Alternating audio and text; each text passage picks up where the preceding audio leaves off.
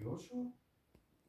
Και όταν ουσιαστικά πήρα το Β2, τελείωσα και με το πτυχίο μου. Πήγα, έκανα μια συζήτηση με το ΚΑΙΤΕ γιατί ήθελα να κάνω μεταπτυχιακό. Μου είπαν ότι επειδή ο βαθμός μου δεν ήταν καθόλου καλός, ήταν 6,4 από το πρώτο μου πτυχίο, για να κάνεις μεταπτυχιακό πρέπει να είναι πάνω από 7,5 ή να έχεις δουλέψει πάνω στον κλάδο 2 χρόνια, να έχεις μια εμπειρία. Οπότε ξεκίνησα να στέλνω σε εταιρείες, ξεκίνησα να στέλνω και σε μεταπτυχιακά που γινόντουσαν από απόσταση.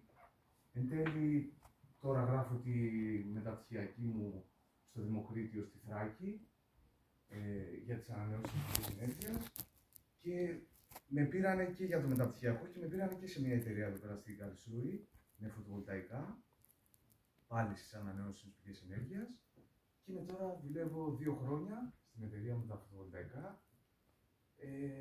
Ήταν τότε που πήγα μια startup, τώρα είμαστε 10 άτομα. Βέβαια ο κλάδος των φωτοβολταϊκών εντάξει δεν πάει και πάρα πολύ καλά όσο θα περιμένανε ή... Αλλά ναι, είμαι δηλαδή ουσιαστικά τώρα 4 χρόνια εδώ στην Καρλσρούη. Ευτυχώς που ο κύριος Κικής μπήκε στο τρένο, που είπε και πριν, γιατί όντως έχει παίξει καθοριστικό ρόλο στη... Βασικά την πραγματικότητα δεν θα ήμουν εδώ αν δεν ήταν ο κύριος Κικής, ήταν ξεκάθαρα εξαιτίας του και... Ναι, ο μισθός τώρα, μέσα με τον κύριο Κική δεν έχω και πρόβλημα. Τώρα αυτή τη στιγμή παίρνω 2.400 ευρώ καθαρά. Έγινε μια αύξηση το Σεπτέμβρη, ουσιαστικά οριακά μου ζητήσανε συγγνώμη ενώ ήμουν 1 χρόνο, ότι δεν έχουν έρθει να μου πούνε να πάρω μια αύξηση μισθού. Ήταν μόνο 5% και μου ζητήσαν συγγνώμη ότι ήταν τόσο χαμηλή, δηλαδή ότι εγώ είμαι πολύ συνεπής απέναντί τους και εκείνοι θέλαν αυτό να το επιβραβεύσουν περισσότερο. Δεν αλλάζω σε καμία περίπτωση την απόφαση μου να έρθω εδώ, μου έχει δώσει άπειρα πράγματα. Όλες οι εταιρείες έχουν σαν προτεραιότητα την ψυχολογία του υπαλλήλου, είναι κύριο μέλημα. Βρίσκομαι και εγώ όπου ό,τι θελήσετε, αν θέλετε κάποια επικοινωνία ή να σας βοηθήσω. Εδώ πέρα την Καρλσρούη τώρα είμαι 4 χρόνια, την ξέρω πάρα πολύ καλά. Αυτά. Ελπίζω να περάσετε ωραία εδώ πέρα τώρα και εγώ προχτές θέλω να θα είστε εδώ μια εβδομάδα. Αυτά. Αν έχετε ερωτήσεις είτε στο Γιάννη είτε σε μένα, σας δίνουμε τη δυνατότητα να κάνετε και ερωτήσεις.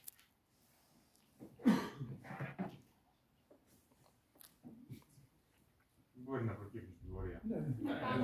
Θα έρθω και εγώ μαζί στη. Τώρα δεν ξέρω, βέβαια εγώ είμαι τελείως διαφορετικός κλάδος από τον κλάδο που ασχολείστε εσείς, αλλά θέλω να ρωτήσω αυτό που είπατε για τα μεταπτυχιακά. Πρέπει σε όλα τα μεταπτυχιακά γίνεται αυτό, ναι. Συγκεκριμένα στο ΚΑΙΤΕ.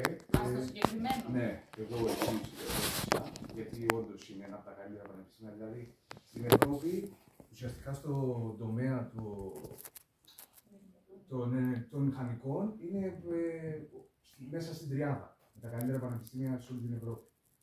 Και είχα ρωτήσει, πέρασε κάποιες εξετάσεις που απλά η μία προϋπόθεση για να μπεις μέσα είναι να έχεις αυτό το βαθμό. Εν τω μεταξύ πάντα μου τα έλεγε ο κ. Βασίλης όλα αυτά, δηλαδή να πάρω καλούς βαθμούς, να... μετά τα βρήκα, να μάθω γερμανικά όταν ήμουν στην Ελλάδα πριν έρθω εδώ και τα σκεφτόμουν εκ των υστέρων, ότι... αλλά είναι πολύ δύσκολο να το δεις προφανώς όταν... τουλάχιστον για μένα.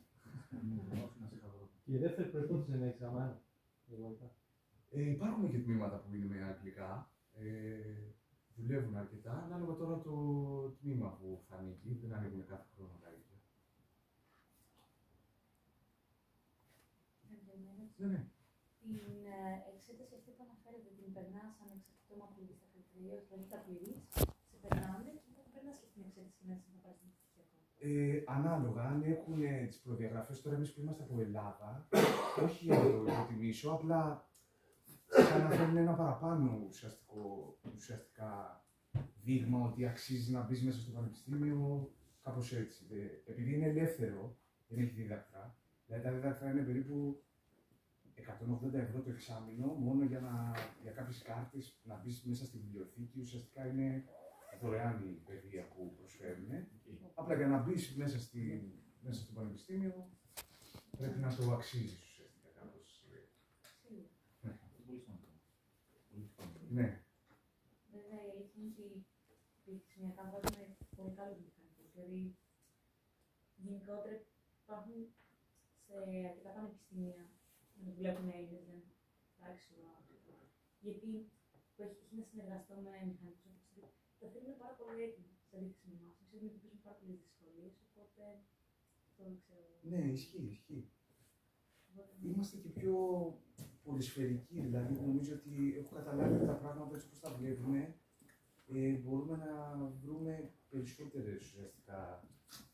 Επειδή έμενα και ερχόμουν σε επαφή, ας πούμε, 2 συνεργάτες που είναι παλιά, ήταν και εκείνοι μηχανικοί, δεν μπορούσαν, ένα απλό παράδειγμα τώρα, στο μαγείρεμα, νιώθω ότι δεν μπορούσαν να κάνουν το συγκεκριμένο τώρα. Πολυτάσκινγκ αυτό το multitasking, ναι. Ίσως είναι αυτό, δική μου άποψη τώρα. Πολύ μήχανος Έλληνας. Θα έρθω κι εγώ μαζί σας τώρα. Ωραία. Δεν ξέραμε. Bottom line, παιδες, bottom line. Ειδικά εσείς που είστε προπτυχιακοί, βάλτε στόχους. Και οι μεταπτυχιακοί. Εντάξει, και οι μεταπτυχιακοί. Βάλτε στόχους. Βαθμούς, 1 και 2 το πιο σημαντικό, παιδιά, γλώσσα. Θα βαρεθώ να το λέω αυτό. Δεν θα βαρεθώ να το λέω. Είδατε πόσο σημαντικό ήταν τα αγγλικά. Εδώ. Τα αγγλικά δεν τα θεωρούμε ξένη γλώσσα. Τα αγγλικά είναι και όχι αγγλικούλια. Όχι φάση έχω proficiency.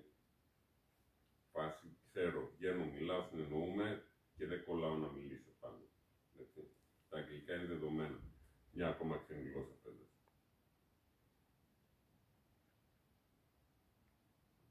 Και μην φοβάστε. Χάστε αυτό το «Αχ, δεν έχω αυτοπεποίθηση» και κάθε φορά που το λέω μου το τραγούδι του Καρά στο μυαλό μου. Αυτοπεποίθηση. Βγαίνετε με αυτοπεποίθηση. Δεν είναι καλύτερα. Απλά έχουν περισσότερες ευκαιρίες να επικοινωνήσουν και να μιλήσουν με αυτόν τον τρόπο. Που εσείς δεν έχετε, γιατί κακά τα ψέματα είμαστε μάλλον της βιογραφίας μας. Είμαστε στο άκρο της Ευρώπης. Εντάξει. Μη κολλώνετε. Να έχετε αυτοπεποίθηση. Και δουλειά. Από την εμπειρία σας που είδατε με τους συντηρητές από τη Γερμανία, τώρα που συνεργαστήκατε, δεν νομίζω ότι ήταν περισσότερο μπροστά.